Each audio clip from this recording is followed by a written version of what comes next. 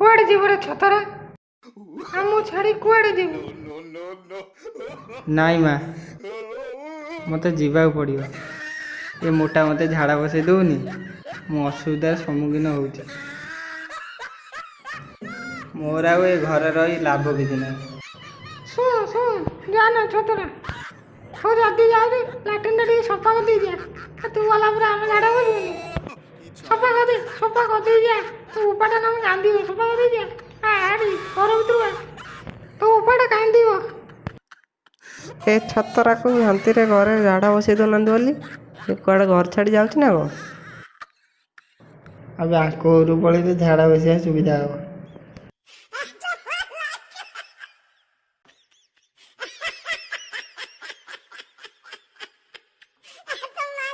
ଶୁଣ, ରୁହ ସାଙ୍ଗ ହେଇକି ଯିବା, ରୁହ।